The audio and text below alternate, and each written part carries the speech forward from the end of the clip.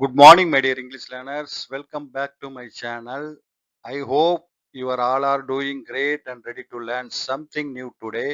இன்னைக்கு வீடியோவில் நம்ம வந்து பாஸ்ட் கண்டினியூஸ் டென்ஸ் உடைய நெகட்டிவ் சென்டென்ஸ் எப்படி ஃப்ரேம் பண்ணி பேசலாம் என்றதை பற்றி பார்க்க போகிறோம். கவனமாக வாட்ச் பண்ணுங்க. லாஸ்ட் வீடியோவில் வந்து பாஸ்ட் கண்டினியூஸ் டென்ஸ் உடைய பாசிட்டிவாக சென்டென்ஸ் எப்படி ஃப்ரேம் பண்ணி பேசலாம், எழுதலாம், படிக்கலான்றதை பற்றி லாஸ்ட் வீடியோவில் நம்ம வந்து பார்த்தோம். அந்த வீடியோ பார்க்காதவங்க டிஸ்கிரிப்ஷனில் லிங்க் கொடுக்குறேன், பாருங்கள். அப்போ தான் ஒரு கண்டினியூட்டி கிடைக்கும். ஸோ நம்ம வந்து நெகட்டிவாக, அதாவது எதிர்மறை, எப்படி ஃப்ரேம் பண்ணி பேசலான்றதை பற்றி பார்க்கலாம். பாருங்கள். நான் சாப்பிட்டு கொண்டிருக்கவில்லை, அவன் படித்து கொண்டிருக்கவில்லை, அவள் வேலை செய்து கொண்டிருக்கவில்லை, மழை பெய்து கொண்டிருக்கவில்லை, உமர் பாடிக்கொண்டிருக்கவில்லை, நீங்கள் விளையாடி கொண்டிருக்கவில்லை, நாங்கள் கேட்டுக்கொண்டிருக்கவில்லை, அவர்கள் தூங்கி கொண்டிருக்கவில்லை. ஸோ இதை எப்படி சென்டென்ஸ் ஃப்ரேம் பண்ணலான்றதை பற்றியும், இதோடு மட்டும் இல்லாமல் இதை வைத்து எக்ஸ்டெண்ட் பண்ணி எப்படி சென்டென்ஸ் விரிவுபடுத்தி பேசலான்றதை பற்றியும் பார்க்கலாம். கவனமாக வாட்ச் பண்ணுங்க. So don't skip the video, watch till the end and practice with me. என் கூடவே ப்ராக்டிஸ் பண்ணிட்டு வாங்க, ஓகேங்களா? Practice makes perfect.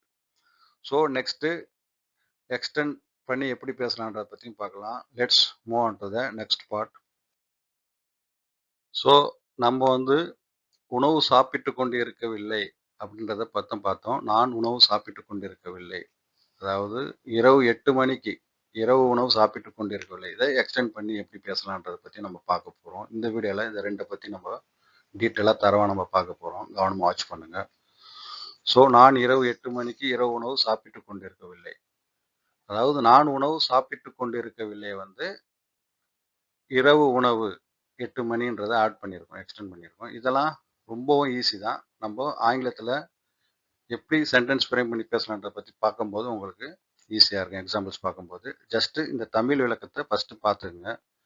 நான் இரவு 8 மணிக்கு இரவு உணவு சாப்பிட்டு கொண்டிருக்கவில்லை.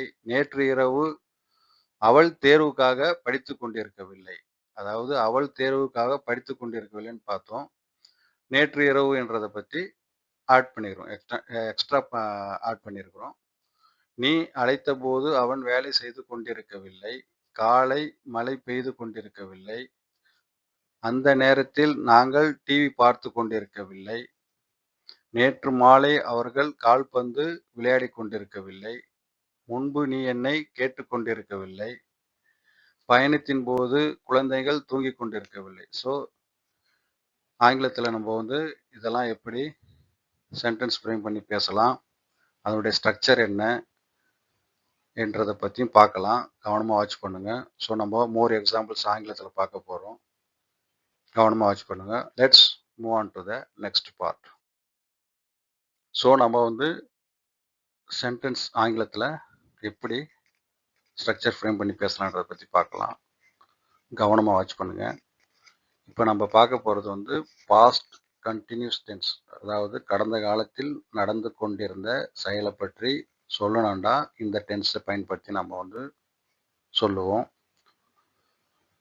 அதாவது past continuous tense is used for an action that was happening at a specific time in the past.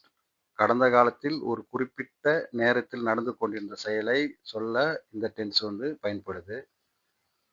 So இதை தான் நம்ம வந்து டீட்டெயிலாக பார்க்க போகிறோம். முதல்ல நம்ம தமிழில் நம்ம பார்த்தாச்சு. இப்போ அந்த தமிழில் பார்த்ததை எப்படி ஆங்கிலத்தில் நம்ம சென்டென்ஸ் ஃப்ரேம் பண்ணி பேசலான்றதை பற்றி பார்க்கலாம். கவனமாக வாட்ச் பண்ணுங்கள்.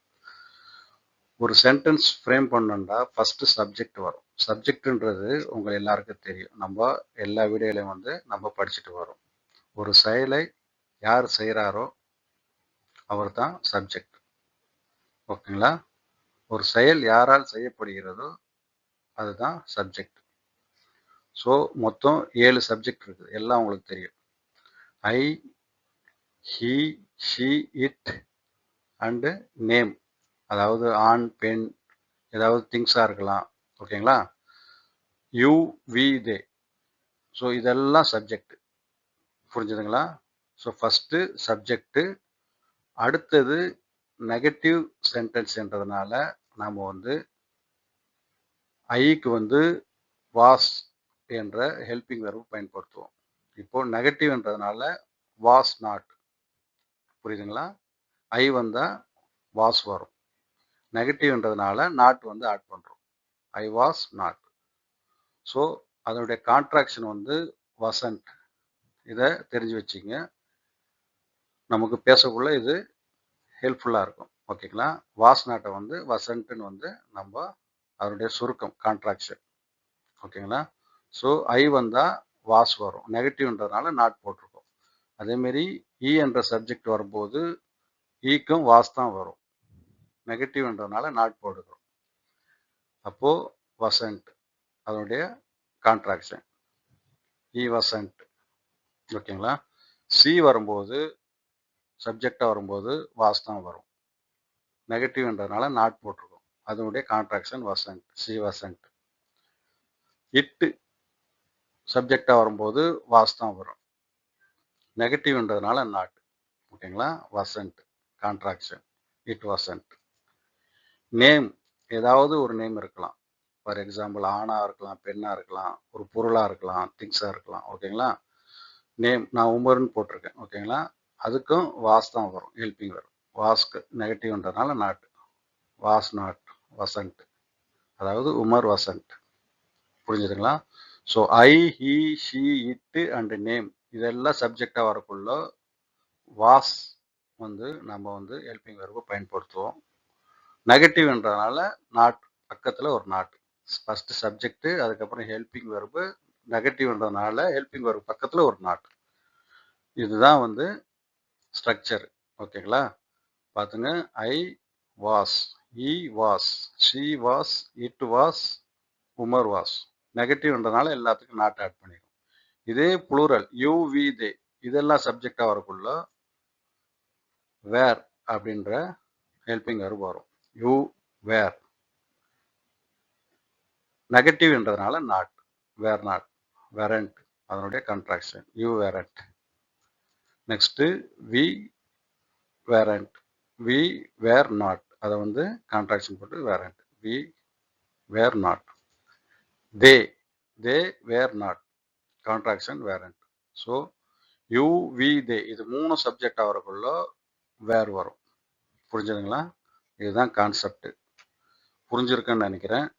Good, you are clear about when to use this rule. அதுக்கப்புறம் தான் அடிஷ்னல்.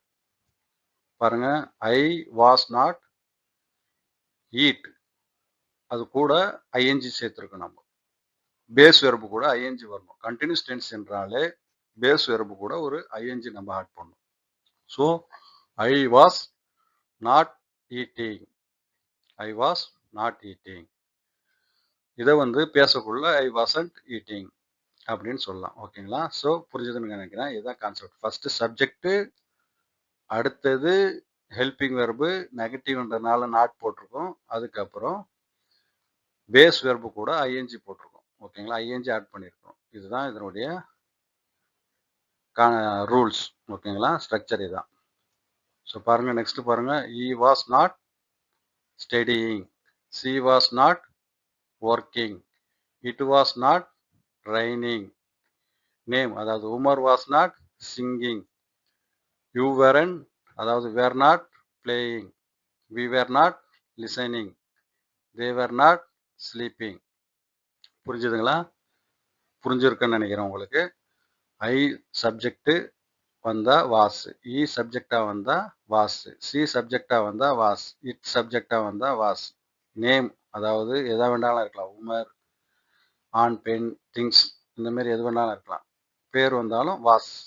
நெகட்டிவ்ன்றதுனால நாட் ஆட் பண்ணிக்கிறோம். அதுக்கப்புறம் பேஸ் வெர்பு கூட ஐஎன்ஜி போட்டிருக்கோம். Eat, study, work, rain, sing இதெல்லாம் இருக்குல்ல, அது கூட ஐஎன்ஜி போட்டிருக்கோம். Eating, studying, working, raining, singing. புரிஞ்சிருக்குன்னு நினைக்கிறேன். அதேமாரி ப்ளூரலுக்கு யூ, வி, தே இது வந்தால் வேர் வரும். நெகட்டிவ்ன்றதுனால not. You were not, we were not, they were not. So now clear about this rule. ஓகேங்களா? ஸோ நெக்ஸ்ட் எக்ஸாம்பிள்ஸ் பார்க்கலாமா? விரிவுபடுத்தி இதே வந்து ஈட்டிங், ஸ்டடிங், ஒர்க்கிங் இருக்குல்ல, இது கூட அடிஷ்னலாக நம்ம எப்படி சேர்த்து பேசலான்றதை பற்றி பார்க்கலாம். Let's move on to the next part. So past continuous டென்ஸை வந்து நம்ம சிம்பிளாக எப்படி சென்டென்ஸ் ஃப்ரேம் பண்ணி பேசலாம், படிக்கலாம், எழுதவும் செய்யலான்றதை பற்றி பார்த்தோம். இப்போ வந்து விரிவுபடுத்தி, அதாவது எக்ஸ்டெண்ட் பண்ணி அதே சேம் எக்ஸாம்பிள்ஸை சேம் வார்த்தையை வச்சு எப்படி எக்ஸ்டெண்ட் பண்ணி பேசலாம் என்றதை பற்றி பார்க்க போகிறோம். கவனமாக வாட்ச் பண்ணுங்க. பாருங்க, ஐ வாஸ் நாட் ஈட்டிங், நான் சாப்பிட்டு கொண்டிருக்கவில்லை என்றதை பற்றி பார்த்தோம். இப்போ கொஞ்சம் விரிவுபடுத்தி அதை எக்ஸ்டெண்ட் பண்ணி பார்க்கலாம். பாருங்க, நான் சாப்பிட்டு கொண்டிருக்கவில்லை, I was not eating dinner at 8 PM. அதாவது இரவு உணவு நான் 8 மணிக்கு நான் சாப்பிட்டு கொண்டிருக்கவில்லை, இரவு 8 மணிக்கு நான் சாப்பிட்டு கொண்டிருக்கவில்லை, அதனுடைய அர்த்தம். ஓகேங்களா? டின்னர் அட் 8 PM, அதாவது பர்டிகுலராக ஒரு டைமை வந்து நம்ம சொல்லக்குள்ள அட் என்ற ப்ரிப்போசிஷனை வந்து நம்ம யூஸ் பண்ணணும். புரியுங்களா? அதை வந்து அடுத்த வீடியோவில் நம்ம வந்து வர இருக்கிற வீடியோவில் வந்து ப்ரிப்போசிஷனை பற்றி தனி ஒரு வீடியோவில் பார்க்கலாம். இப்போ ஜஸ்ட் தெரிஞ்சுங்க. ஓகேங்களா? பர்டிகுலர் டைமெல்லாம் மென்ஷன் பண்ணக்குள்ள அட் என்ற ப்ரிப்போசிஷன் வரும். I was not eating dinner at 8 PM, நான் சாப்பிட்டு கொண்டிருக்கவில்லை, நேற்று 8 மணிக்கு நான் சாப்பிட்டு கொண்டிருக்கவில்லை.